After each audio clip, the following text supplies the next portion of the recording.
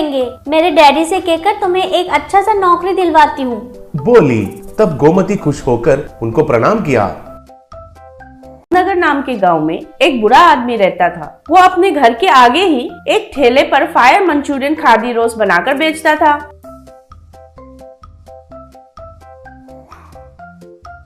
पहले रोटी को तवा में तेल डालकर अच्छा पकाकर उसके बीच में वेज मंचूरियन डालकर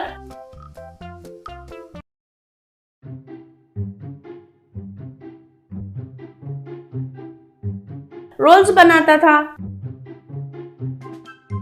उधर आने वालों को देता था तो वे बहुत पसंद से खाते थे।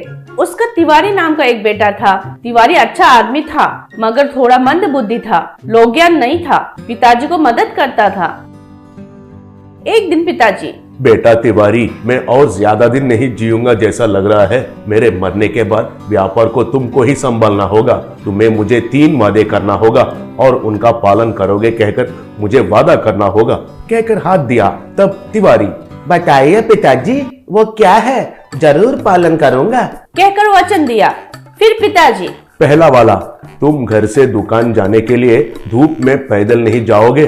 और दूसरा, हर रोज तुम सिर्फ चावल ही खाओगे। फिर तीसरा, तुमको हफ्ते में 1 बार शादी करना होगा कहा।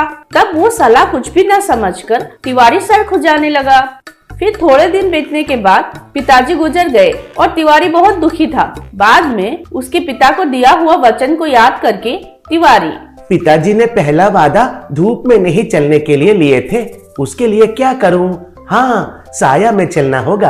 अरे वाह, पिताजी को मेरे ऊपर कितना प्रेम है। जितना भी कच्चा होने से भी कोई बात नहीं है, एक चंदवा लगाता हूँ सोचकर घर और ठेले के बीच में एक चांदवा लगाया। उस चांदवा के नीचे से हर रोज जाकर आने लगा।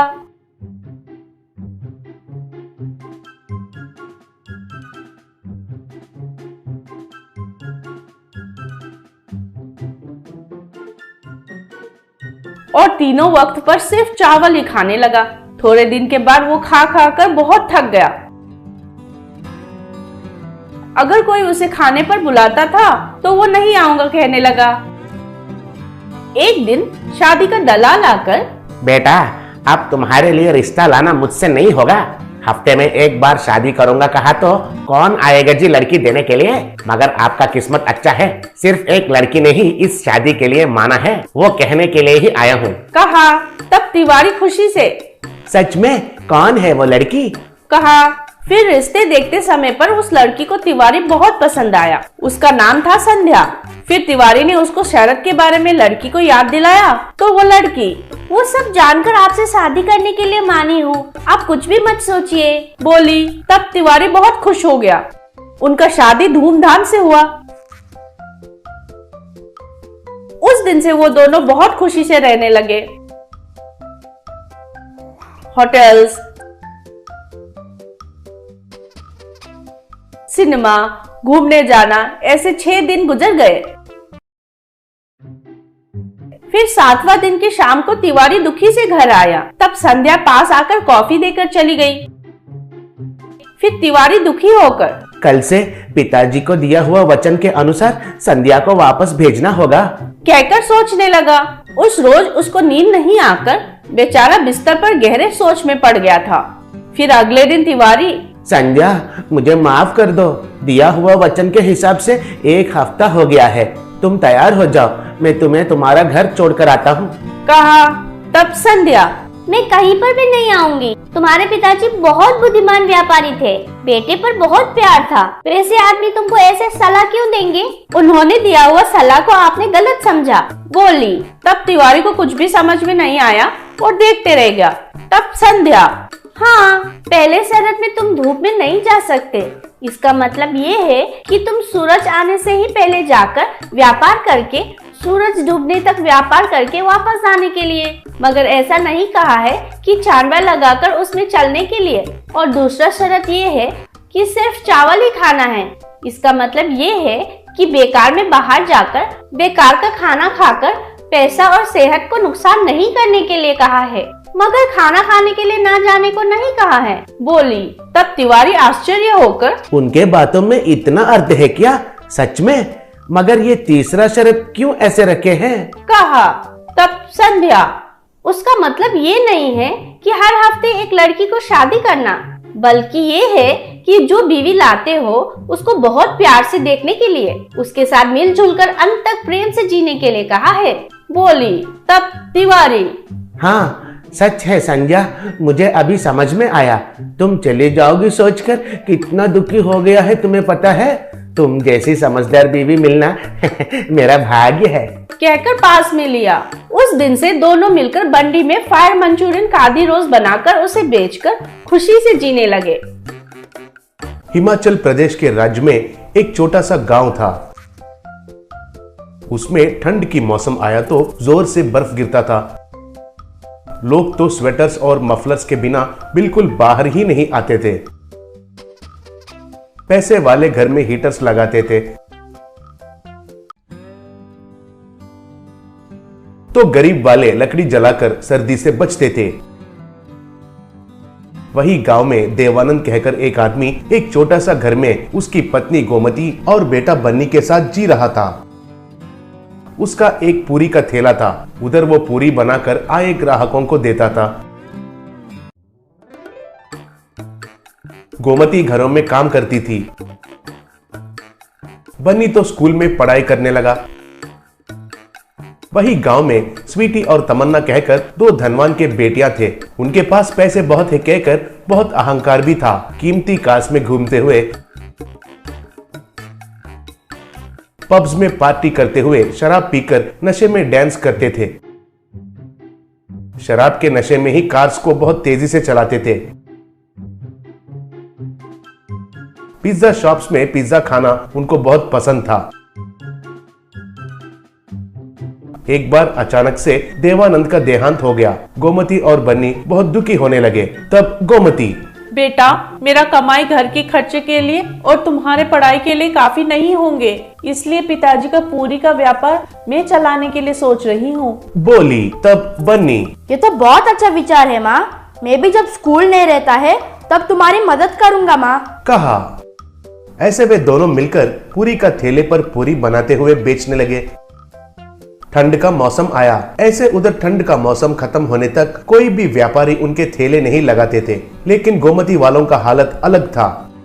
गोमती, बेटा, देखा है ना, बर्फ की वजह से एक गाड़ी भी दिखाई नहीं दे रहा है। तुम घर के पास रहो, हमें इस मौसम में भी थैले को चलाना पड़ेगा। कल से मैं अकेले ही संभालती हूँ, ठीक है ना? बोली। ऐसे वो बेचारी उस ठंडा बर्फ में बिना स्वेटर पहने पूरी बनाकर कांपने लगी।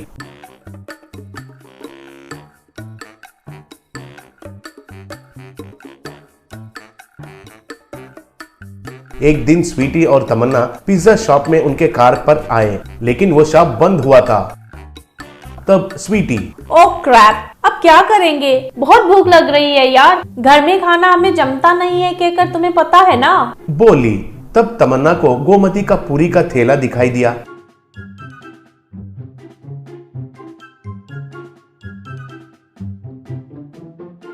तब तमन्ना, उधर देखो, गरम गरम दिख रहा है वो पूरी। चलो पेट का पूजा करते हैं, सड़क पर खाना खाकर बहुत दिन हुए हैं यार।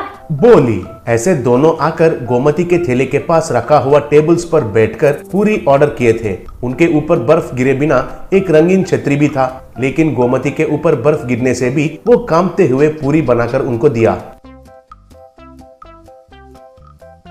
वे ऐसे पूछ पूछ कर बहुत सारे पूरियां खा लिए थे। बाद में तमन्ना मोबाइल लेकर, कितना पैसे हुए हैं? नंबर बोलो, गूगल पे करती हूँ, नहीं तो क्यूआर कोड दिखाओ, स्कैन करती हूँ। बोली। तब गोमती, वो सब मुझे पता नहीं है जी। बोली। तब स्वीटी, फिर तो क्रेडिट कार्ड लेती हो क्या? पूछी। तब गोमती, उसके बारे में मुझे पता नहीं है जी, मैं तो केवल पैसा लेती हूँ। बोली। तब स्वीटी, व्हाट नॉनसेंस, जीपे नहीं है, क्रेडिट कार्ड स्वाइप नहीं है, क्यों मजाक लग रहा है क्या? पैसे लोगी? पैसे? कौन से जमाने में अटक गई हो तुम? हमारे पास तो पैसे नहीं है, अब कैसे? पूछी। तब गोमती, कोई बात नहीं है मैडम, बाद में दीजिए, कल इस तरफ आएंगे ना तब दीजिए, पूरा 100 रुपए हुए हैं। बोली। तब तमन्ना, क्यों रे, तुम्हारे खाली 100 रुपए के लिए हमें कार में आकर नीचे उतरकर तुम्हें पैसे देना है? हम कौन है पता है तुम्हें? कहकर दोनों गुस्सा होकर उधर का टेबल्स को फेंककर ठेले को भी धक्का देकर उधर से चले गए। उससे गोमती बहुत दुखी हुई। एक दिन बहुत पीकर तमन्ना और स्वीटी कार में जाते जाते एक पेड़ को टकराकर बेहोश होकर गिर गए। वही रास्ते पर जा रही गोमती उनको देखी। वो नजदीक जाकर देखी तो दोनों बेहोश गिरकर दिखाई दिए। गोमती को क्या करना है कुछ समझ में नहीं आया।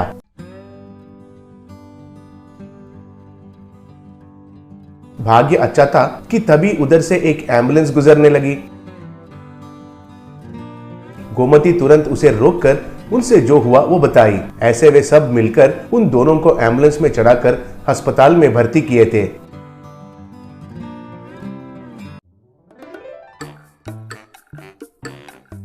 डॉक्टर उनको सही समय पर इलाज करने के वजह से दोनों की जान बच गया।